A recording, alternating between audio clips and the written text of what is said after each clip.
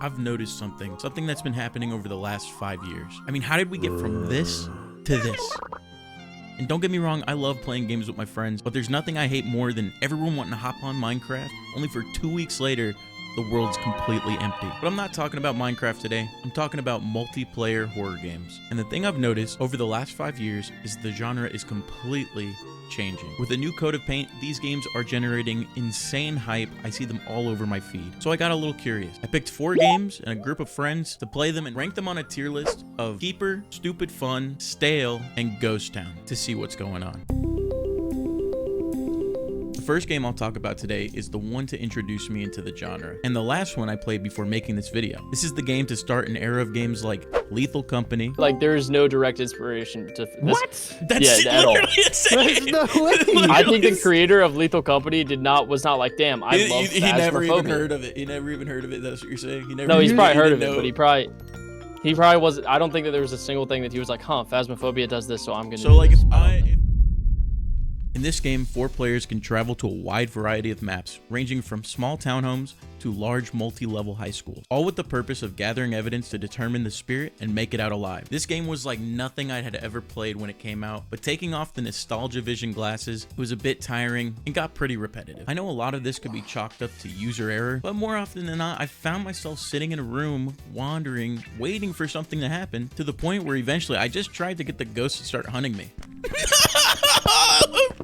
Please. Oh, I can hear you.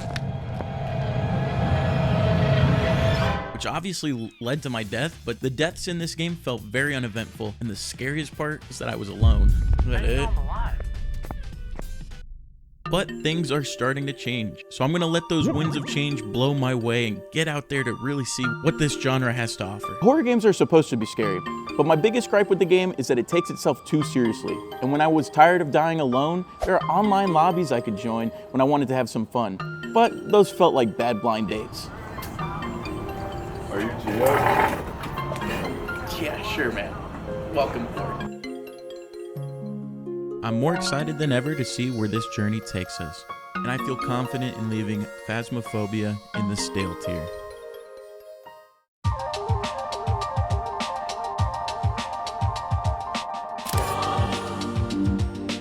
Headliners is a game that came out very recently and was all over my feed before release. This is another 4-player horror game where you work together to get the best action shot of creatures destroying the city to earn money to fund better equipment. When you unload off the helicopter, you have 10 minutes to explore inside designated buildings around the city. The real action begins when the timer starts to end and an Avengers level threat starts to wreak havoc. This game was fun for a few hours, but it was really struggling to keep my attention. The replayability factor just wasn't there for me. To me, this game was just looking to scratch the same itch as something like content warning, but really fell short in its attempt to do so. The camera and character animations promote an almost parody sense to the horror genre, but it doesn't go much further than that.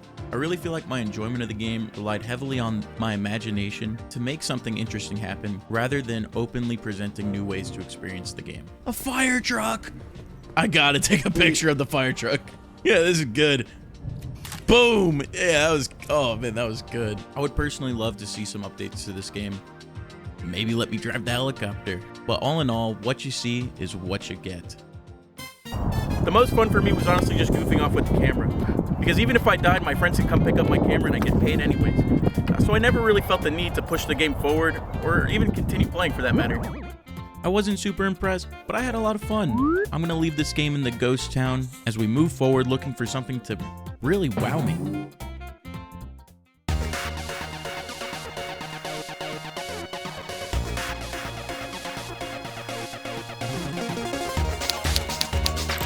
Let me start out by saying I had no idea what I was getting into. Apparently this is like a meme game, but I had a ton of fun. In this game, you have to work together to outrun monsters while working through obstacles to progress the game. If you die, you're dropped into these backroom-like areas with a mirror of your friends who are still alive, turning their voice into gibberish until you make it back. Are you me? After you make it out of the back rooms, if you die again, you won't respawn. But you're not out of luck yet. There are dolls scattered throughout the map that allow your friends to bring you back from the grave. This game takes inspiration from its predecessors and tries to capitalize on that. Each player looks exactly the same, with nothing but your voice to tell who's who. Who's this? Who's this? This led for some really funny moments and some really freaky moments when the game starts to introduce NPCs that acts as players. Who's this? Oh!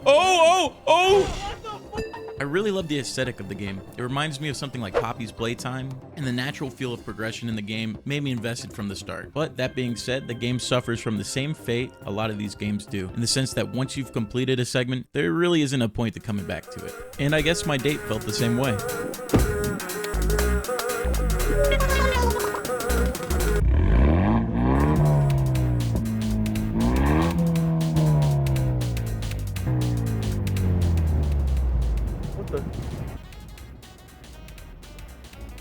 Want to see something really scary? Oh, hell yeah. With Zort and my date, I thought I was having stupid fun.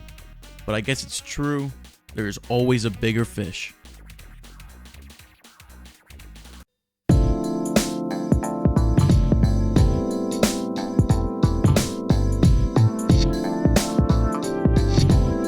R.E.P.O is the newest game on the list, having only released February 26th. R.E.P.O takes everything that I've come to love from this genre and cranks it to 100. In R.E.P.O, up to 6 players can travel to different locations to locate and extract valuable items to meet their quota, in a fully physics-based game. In each location, there are multiple enemies that are trying to prevent you from taking anything of value, ranging from Nightmare I think you're just lying. to Goofy. I'm grabbing you from under the table. Pause. We got him. Climb up and down. Pull him up. Jump him! Jump him! Jump him!